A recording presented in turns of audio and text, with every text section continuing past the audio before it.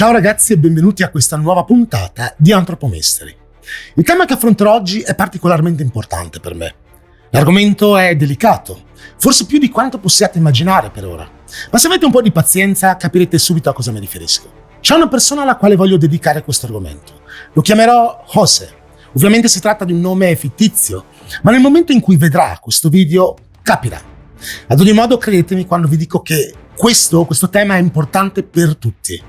A volte si cade in terribili errori di giudizio e non lo si fa con nessuna cattiva intenzione, ma per, semplice ignoranza. Ok, forse sarete confusi, ma a breve le idee verranno chiarite. Ecco quindi cleptomania. 10 cose che devi sapere. Quando sentiamo parlare di cleptomania, alla maggior parte di noi viene subito in mente una parola: rubare. È questo termine che conduce immediatamente ad un altro: ladro. Quindi l'opinione popolare è che il cleptomane non sia altro che un ladro, e dei peggiori, uno di quelli che ruba in continuazione per il semplice gusto di farlo e non è in grado di porre freno a questo suo istinto. Anzi, non vuole porgli freno. In un certo senso la definizione non è del tutto sbagliata. Un cleptomane, di fatto, si appropria di cose non sue, porta a termine dei furti, ma non per le ragioni che potreste pensare. A livello teorico è abbastanza facile comprendere la cleptomania, ma è quando si viene colpiti dalla stessa, soprattutto in qualità di vittima del furto, che il tutto si fa più complicato. José, lo chiamerò con un nome fittizio ovviamente, è un caro amico, una di quelle persone che a prima vista ti trasmette subito simpatia, quella con cui si può parlare di tutto, con il quale si arriva a confidarsi. Ma José aveva un segreto, che sarebbe venuto alla luce solo tempo più tardi. Nessuno nel nostro gruppo di amici sapeva che soffrisse questo disturbo, fino a quando non ci trovammo a dover affrontare la cruda realtà. Prima si ha l'impressione che in casa spariscano oggetti. Ogni volta che ci trovavamo a casa di qualcuno, di noi a cenare, a festeggiare, finita la festa, si scoprivano cose davvero assurde. Rotoli di carta igienica che mancavano, il detergente per lavastoviglie appena aperto, ridotto alla metà, un bicchiere mancante, un cucchiaino introvabile. Poi cose di maggior valore, banconote che sparivano dai portafogli, catenine, ma anche mullette per i panni finite chissà dove. Un contrasto assurdo.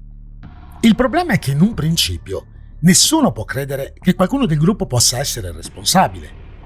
Si arriva addirittura a pensare di avere dei problemi di memoria. Poi però il tutto diventa così evidente da non poter essere negato, fino a quando il colpevole viene scoperto in flagrante, così, per puro caso, e la reazione di incredulità si trasforma in rabbia. Un ladro nel gruppo, una persona della quale ti fidi che ruba a pochi centimetri dal tuo naso. Poi la persona nega tutto, nega anche di fronte all'evidenza, e la rabbia si fa ancora più grande. Lo si allontana da casa, facendolo sentire una delle peggiori persone sulla faccia della terra, chiudendogli la porta in faccia. Qui non sei più il benvenuto. Fine del capitolo. Cosa diavolo gli era saltato in mente? Perché rubare a noi, i suoi migliori amici? E la risposta era lì che attendeva un paio di click. Ciò che succedeva da tempo aveva un nome: cleptomania, ma nessuno di noi sapeva esattamente cosa fosse. E quindi investigai. Qui di seguito, esattamente come ero solito fare diversi anni fa, quando parlavo di patologie, vi elencherò 10 dati e caratteristiche sulla cleptomania che ve la faranno comprendere in profondità. Perché quello che vi hanno detto fino ad ora sui cleptomani non riflette in assoluto la realtà. Ve lo posso assicurare. Iniziamo. Secondo la quinta edizione del Manuale diagnostico e statistico dei disturbi mentali, la cleptomania appartiene al gruppo dei disturbi perturbatori del controllo degli impulsi e del comportamento. In questo caso, l'impulso che deve essere affrontato è la tentazione di appropriarsi o prendere ciò che appartiene ad altri. Il cleptomane risponde a un impulso interiore che lo porta ad appropriarsi di qualsiasi oggetto. Se fosse un ladro comune, ruberebbe sapendo cosa sta facendo, con convinzione, e scegliendo l'oggetto di cui vuole impossessarsi. Per esempio, cercando oggetti di grande valore. Ma questo non è il caso del cleptomane.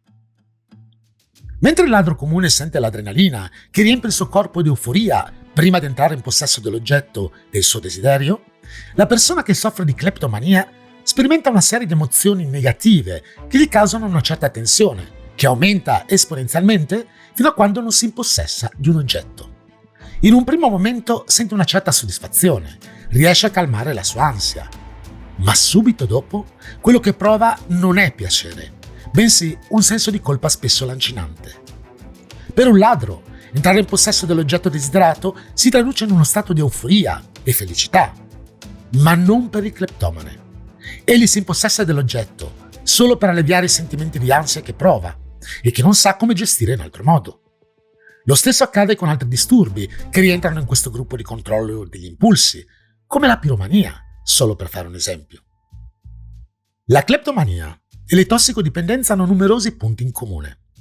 Il ripetere l'atto anche considerate le possibili conseguenze negative, un controllo indebolito sul comportamento disturbante, una condizione di bisogno o desiderio prima di prendere parte al comportamento problematico, e una condizione positiva di ricerca del piacere durante l'atto del comportamento disturbante.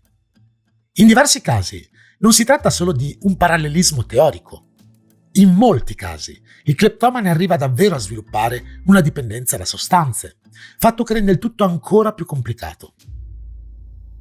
La psichiatria definisce la cleptomania un'ossessione, poiché il peso di questo pensiero fisso sarebbe talmente invadente da bloccare qualsiasi altra idea.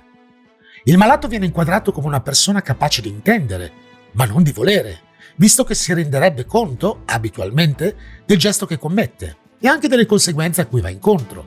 Ma nonostante questo, la spinta ad agire e quindi la gratificazione del gesto gli sembrerebbero ugualmente superiori rispetto a tutto ciò che potrebbe accadergli. La psicoanalisi, invece, risale a un senso di colpa inconscio che potrebbe attivare stati depressivi e di angoscia. Secondo questa spiegazione del fenomeno, le cause del gesto sarebbero da ricercare soprattutto nel desiderio della punizione, che diverrebbe quindi un atto compensatorio risollevante. In quest'ottica, il cleptomane non farebbe un grande sforzo per nascondere il furto. Tuttavia, in generale, la maggior parte dei cleptomani agisce con intelligenza per cercare di non farsi scoprire. Chiedere a un cleptomano perché ruba è assolutamente necessario, perché neppure lui ha una chiara idea del perché agisce in quel modo. A volte, messo alle strette, un cleptomane cerca di razionalizzare il suo gesto, attribuendolo alla necessità di sopperire a difficoltà economiche o alla mancanza di mezzi di sussistenza. Poi, però, considerato ciò che viene sottratto, la teoria non sussiste. Si tratta spesso di oggetti di basso valore, di cui il paziente non ha bisogno, che vengono accatastati e dimenticati, oppure regalati, e in alcuni casi, come quello del detergente, gettati direttamente. È opinione comune che un cleptomane rubi sempre. Tuttavia questo non è vero, e dipende molto dal tipo di disturbo che ha, poiché ci sono fino a 3 tipi di cleptomani. Sporadico. I furti avvengono a grande distanza l'uno dall'altro. Non è un'azione che si realizza molto spesso, ma è prolungata nel tempo. Episodico. I furti si verificano con una certa frequenza in certi periodi di tempo, ma si alternano ad altri in cui non si verifica alcun furto. Cronico. Questo è il grado più alto che questo disturbo può raggiungere e limita la vita del malato al punto che interferisce con le sue attività quotidiane. Il furto è continuo e incontrollabile. Non tutte le persone con cleptomania rubano in modo costante. Infatti lo fanno solo quando l'ansia le invade, non perché gli si presenta l'occasione per farlo. Per questo motivo, le terapie si concentrano sempre sull'eliminazione o sull'alleviamento di quei sintomi che spingono le persone a commettere l'atto di cui i cleptomani si sentono poi in colpa. Purtroppo non esiste una cura sicura e definitiva per la cleptomania. Esistono però delle terapie che possono aiutare ad alleviare il problema e in certi casi a mantenere sotto controllo l'impulso. In generale, gli approcci sono di 3 tipi: psicoterapeutico, farmacologico e l'intervento comportamentale e cognitivo.